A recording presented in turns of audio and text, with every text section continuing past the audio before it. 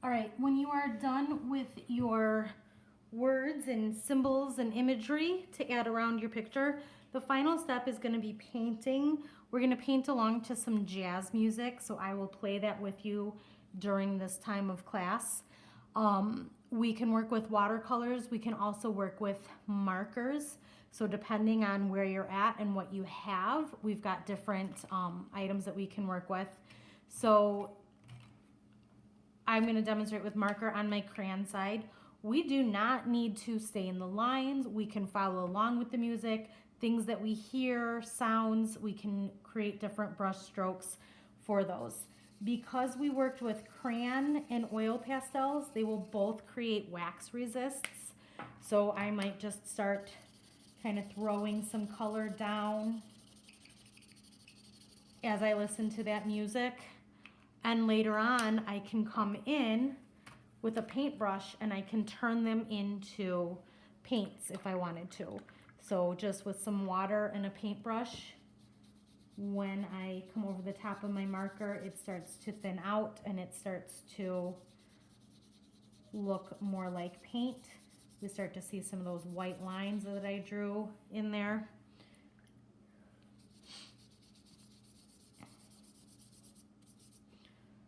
I can also get my areas to combine and blend and overlap depending on what I drew with my marker, filling in the whole space.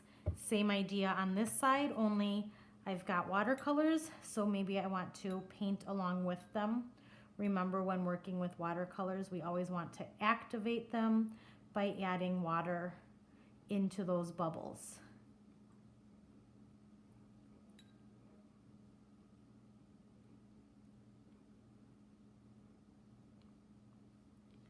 And then again, when the music is playing, I can paint along, listening to the music, the brush, what I hear, etc.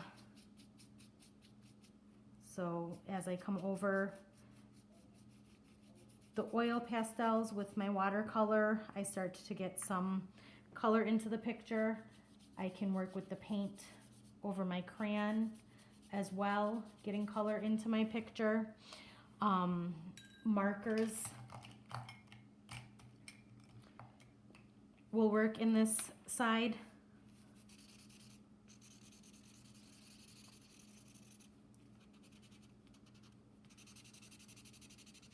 There's a lot of oil pastel up here and I kind of know where it is, so I'm kind of coloring inside and around it because the oil pastel will kind of dry out your markers a little bit.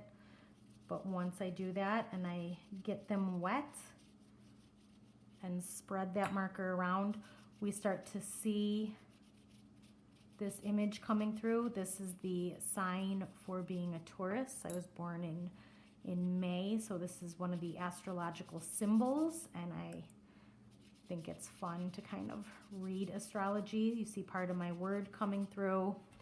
And again, working and finishing your picture with crayons or with paint or watercolors to fill in all of your space. So here is my completed examples.